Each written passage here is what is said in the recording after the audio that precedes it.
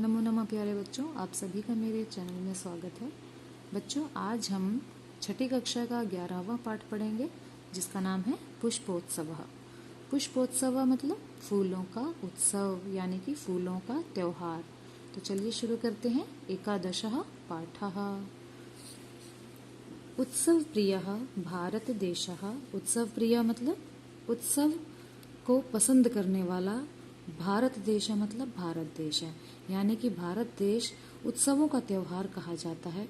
अत्र कुत्रचित शस्योत्सवः भवति। यहाँ कहीं पर फसलों का उत्सव होता है।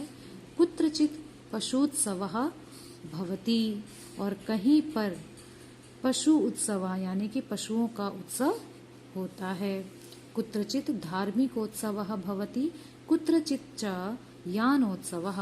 कहीं पर धार्मिक उत्सव मनाए जाते हैं और कहीं पर यानों के उत्सव मनाए जाते हैं, यानी कि गाड़ियों की दौड़ वगैरह जिसमें शामिल होती है वह उत्सव मनाया जाता है। एतेषु एव अस्ति अन्यतमः पुष्पोत्सवः इति।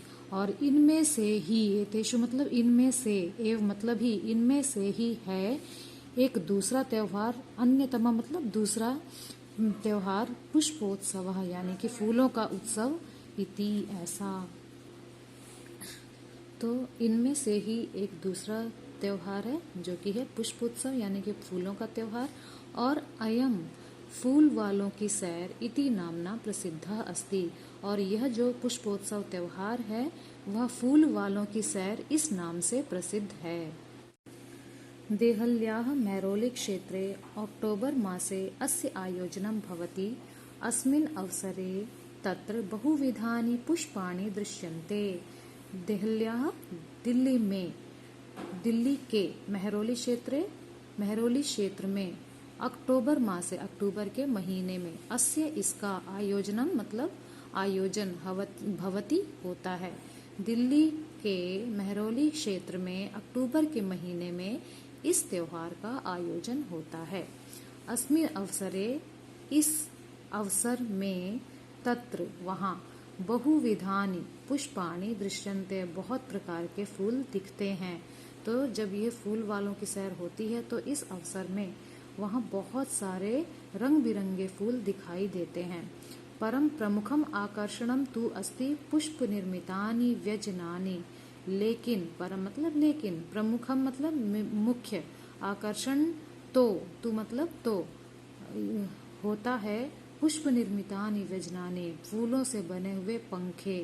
तो ये रंग बिरंगे फूल इस त्योहार में दिखाई देते, लेकिन जो मुख्य आकर्षण का केंद्र होते हैं वो होते हैं फूलों से बने हुए पंखे, जो कि वहाँ पर मुख्य रूप से दर्शनीय होते हैं।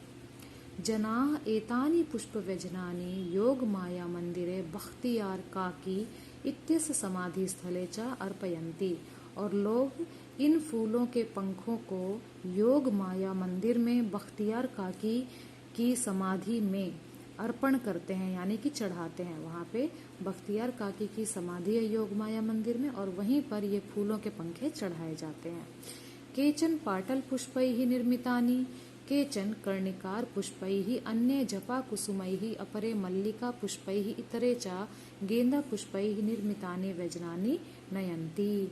तो कुछ, केचन मतलब कुछ, पाटल पुष्पैः गुलाब के फूलों के द्वारा, निर्मितानि बने हुए, कुछ गुलाब के बने हुए पंखे लेकर के आते हैं। केचन कर्णिकार पुष्पैः, और कुछ कनेर के फूलों के द्वारा बने हुए पंखे लाते हैं। अन्य जपा कुसुमई, और जो दूसरे हैं वह गुड़हल के फूलों के पंखे लाते हैं। और अपरे मल्लिका पुष्पई, और दूसरों के द्वारा चमेली के फूलों के द्वारा, इतरे चा, और इसी प्रकार से गेंदा पुष्पई निर्मितानि व्यजनानि नयन्ति। और इसी प्रकार से सभी लोग गेंदे के फूलों के द्वारा निर्मित पंखे लाते हैं। नयंती मतलब लाते हैं, यानी कि गुलाब के फूलों से बने हुए, कनेर के, गुड़हल के, चमेली के और गेंदा के फूलों से बने हुए पंखे बख्तियार काकी समाधि में चढ़ाए जाते हैं।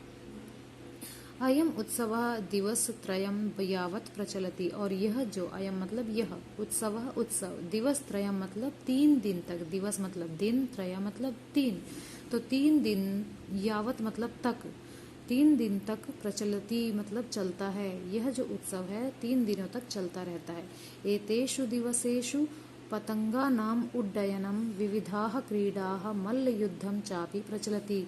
और इन दिनों में, एतेषु दिवसेषु, इन दिनों में पतंगों का उड़ाया जाना और विविध प्रकार की क्रीडाएं यानी कि खेल, विभिन्न प्रकार के खेल और मल्ल युद्ध भी प्रचलती, यानी कि ये मल्ल युद्ध भी चलता रहता है। 3 दिनों तक ये सारी क्रीडाएं चलती रहती हैं। पतंगबाजी चलती है, विभिन्न प्रकार के खेल कूदों का आयोजन होता है और मल्ल युद्ध भी चलता है। विगतेभ्यः 200 वर्षेभ्यः पुष्पोत्सवः जनान् आनंदयति। और पिछले 200 वर्षेभ्य यानी कि 200 वर्षों से, पिछले 200 वर्षों से पुष्पोत्सव लोगों को आनंद प्रदान करता आ रहा है। मतलब पिछले 200 सालों से यह त्योहार मनाया जाता आ रहा है। मध्य इयम परंपरा स्थगिता आसीत्। और बीच में, मध्य मतलब बीच में, इयम मतलब यह परंपरा यानी कि जो त्योहार मनाने की परंपरा है वह स्थगित कर दी गई थी, मतलब इसको रोक दिया गया था। परम स्वतंत्रता प्राप्तेः पश्चात इयम मनोहारिणी परंपरा पुनः समारब्धा। लेकिन स्वतंत्रता प्राप्ति के बाद, पश्चात मतलब बाद में, इयम यह, मनोहारिणी मतलब यह सुंदर परंपरा, पुनः मतलब फिर से, समारब्ध मतलब चालू हो गई या शुरू हो गई। और जब स्वतंत्रता हमें मिली, हमारे देश को आज़ादी मिली, तो उसके पश्चात यह सुंदर परंपरा, कौन सी सुंदर परंपरा, फूल वालों की सैर, पंखे जो चढ़ाने की प्रथा थी, वह फिर से शुरू कर दी गई। पुष्पोत्सव अद्यापि सोल्लासम सोत्साहम च प्रचलति। और जो पुष्पोत्सव है वो आज भी हर्षपूर्वक और उत्साहपूर्वक मनाया जाता है। ठीक है बच्चों, तो यह है आपका 11वां पाठ। तो बच्चों अब हम इसका अभ्यास कार्य करेंगे। प्रश्न नंबर 1, वचनानुसारम रिक्त स्थानानि पूरयत। यानी कि वचन के अनुसार रिक्त स्थान आपको फिल करने हैं यहाँ पे। तो यहाँ पे फॉर्मेट है एक वचनम, द्विवचनम, बहुवचनम। एक वचन में इधर के शब्द होंगे, द्विवचन में और इधर बहुवचन में।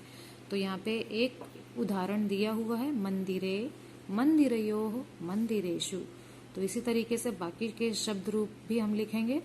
तो अवसरे, अवसरयोः, अवसरेषु, स्थले, स्थलयोः, स्थलेषु, दिवसे, दिवसयोः, दिवसेषु, क्षेत्रे, क्षेत्रयोः, क्षेत्रेषु, व्यजने, व्यजनयोः, व्यजनेषु, पुष्पे, पुष्पयोः, पुष्पेषु।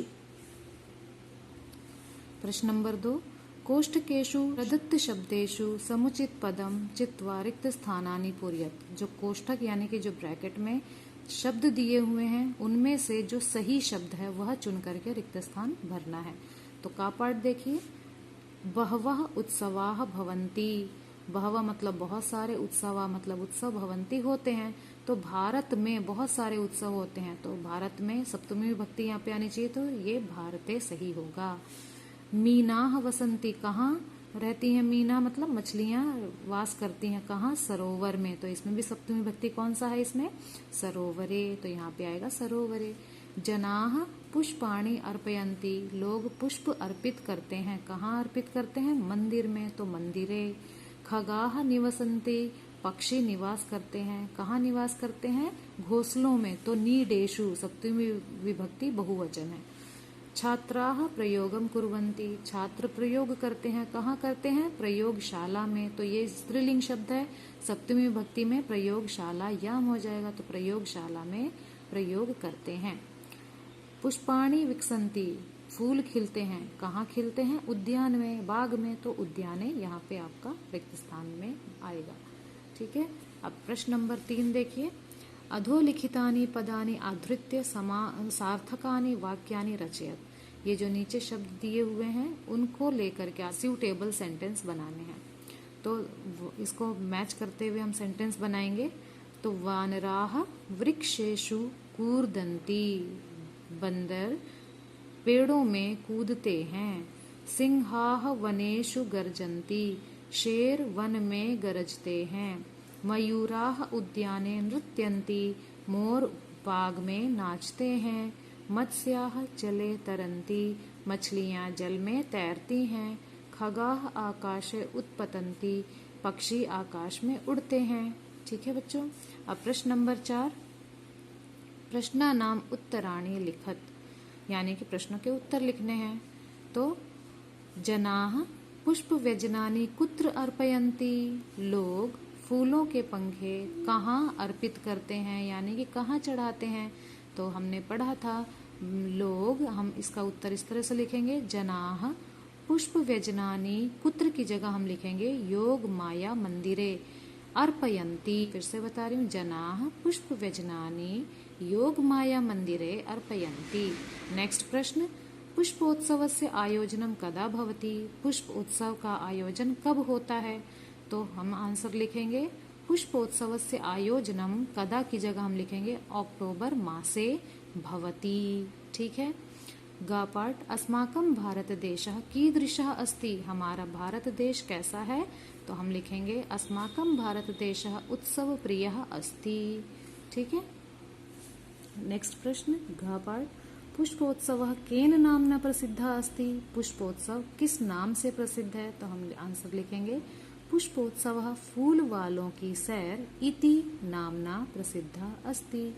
अंग पार्ट, मेहरौली क्षेत्रे कस्याः मंदिरम कस्य समाधिस्थलं च अस्ति, मेहरौली क्षेत्र में किसका मंदिर है और किसकी समाधि है।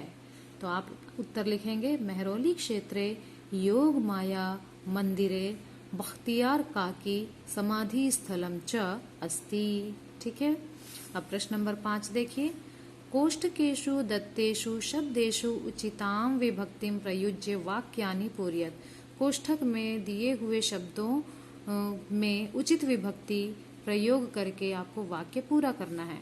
तो देखिए पहला उदाहरण यहाँ पे दिया हुआ है, सरोवरे मीनाः सन्ति, तो कहाँ मछलियां हैं, सरोवर में, यानी कि हमें इन सब में सप्तमी विभक्ति का प्रयोग करना है।